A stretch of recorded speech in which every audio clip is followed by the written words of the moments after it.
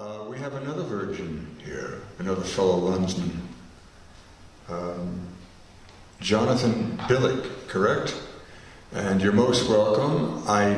As being a virgin, I know nothing about you, other than the fact that the gods have sent you before us in pristine whites and linens, no blemishes whatsoever. But we're going to have a hell of a lot of wine to drink afterwards. Yeah. Jonathan, would you bless us?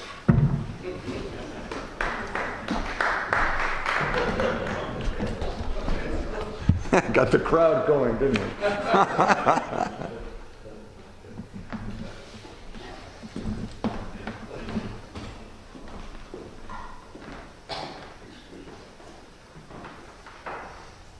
Flows both ways.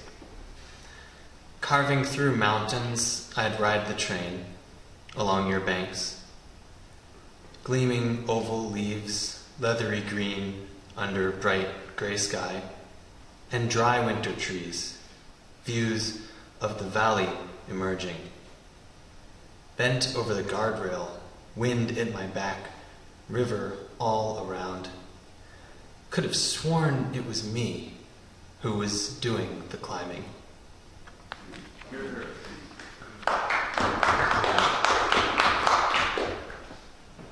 So I'll use the word God a good amount in the next poems. I just want to say a little bit about that.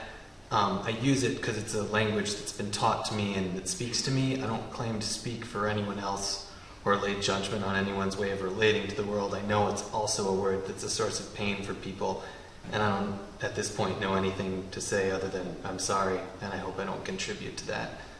I use the word because it emerges as part of a fulfilling poetry practice for me.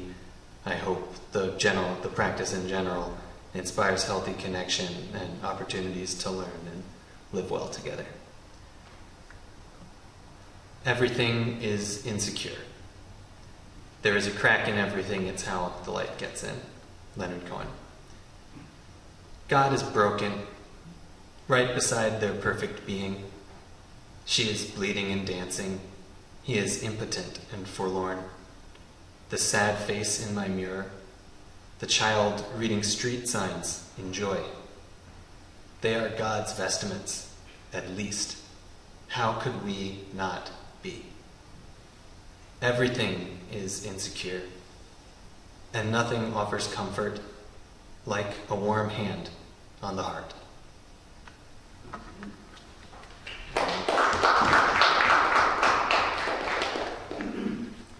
This will be the long one, and then there'll be one more after. The organization of blessings. If I make my life a sanctuary, then God is in each air punch of the nail gun, each bracing of the shoulders to hold the sheetrock up, connecting walls. If God is really God, then tents and wigwams are sanctuaries, every rib cage tented round a heart swelling with lungs, each wing and branch, each vein and river, cuddling of the continents, mountains rising fast, impossibly slow, dance of life and death. Her perfect broken veil, his rough and loving hand, their teachings loosed and taught upon the world. Weaving galaxies, actuarial tablets, children's games. Tea on the tongue, like mist on the mountains. Cloud forests somewhere warm in the chest. Sun rising with loud goldness somewhere in Toronto, in San Jose, where the hills of Jerusalem lie silent, twinkling of village lights in darkness, down to the low desert, to the sea of salt and the towns of sin, where people pray for the smashing of graves, the uprooting of groves. We kiss while someone kills. Sanctuaries built on stolen ground.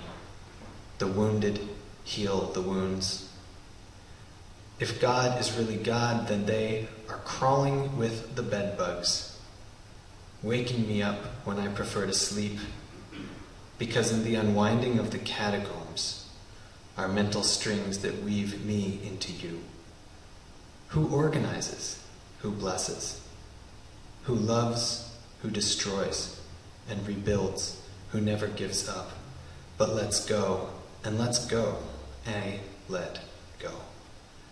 When Jesus opens into Muhammad, male into female and beyond, lips into iPhones, into clouds, into children, heartbreak into poems, into breaking open hearts, the organization of blessings, the cosmos wrestles struggle into song.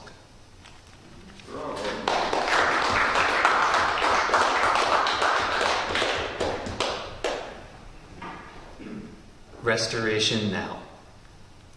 Where does the infinite begin? Perhaps when silly questions rendezvous with gentle smiles. Where does the ultimate reside? Maybe in moments so shimmering dark, we give a new meaning to light. Mending a forest today is surrender to denial or dialogue with chaos. Black-winged red birds punch out songs in the canopy, while the knotweed persists at the edges and inward. The seeds that we planted have minds of their own. Soil and the cloud beckon us to release. Infinite microbes and limitless data. This same old heart writing poems at dawn. When I was too broken to find my way, you taught me to stand in one place with the slender persistence of grass.